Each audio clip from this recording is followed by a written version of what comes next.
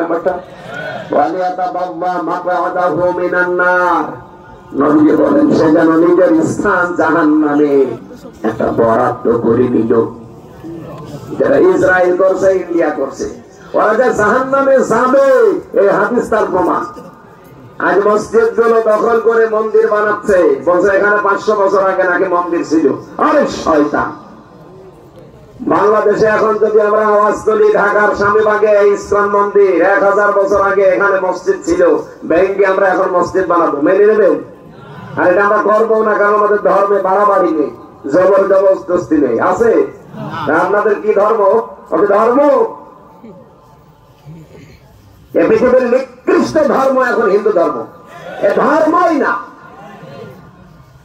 এটা জীবিত বাছুরকে দেখলাম, গরুর বাছুর, জীবিত বাছুরকে কামড় দিয়ে রক্ত বের করে জীবিত অবস্থায় তারা দুনিয়া থেকে বিদায় করে। কেন? তার একটা সিস্টেম নেই। আমাদের ধর্ম এত উগ্র কেন?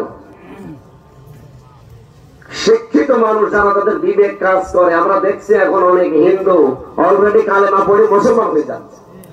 কয়েকদিন আগে এক বিসিএস ক্যাডার যশোরে, ওনারে বলেছিলাম যে স্যার আপনি তো বিসিএস ক্যাডার, শিক্ষিত মানুষ, কি করেন আপনি? বলছে আমারও মন এগুলো মানে না, তো বাপ দাদা বুঝেছি তাই করি। ওনারে বললাম আমাদের ধর্মীয় গ্রন্থ আছে কোরআন, আপনি এটা শুধু ইংরেজিতে হোক বাংলায় হোক, এটা শুধু অর্থ পড়বেন পুরাটা। আপনাকে আমি মুসলমান হতে বলছি না, কারণ জোর জবরদস্তি করা আমাদের ধর্মে যদি থাকতো তা আপনাকে আমি পিটিয়ে মুসলমান বানিয়ে ফেলতাম।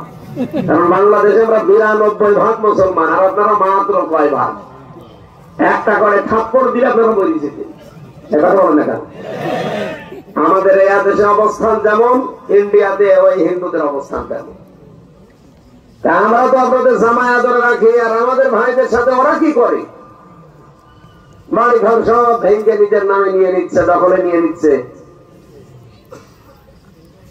আমি দেখলাম 3 মাস পরে নিজে নিজেই মুসলমান হয়ে গেছে। এবার এটা একটা বড় পাথর।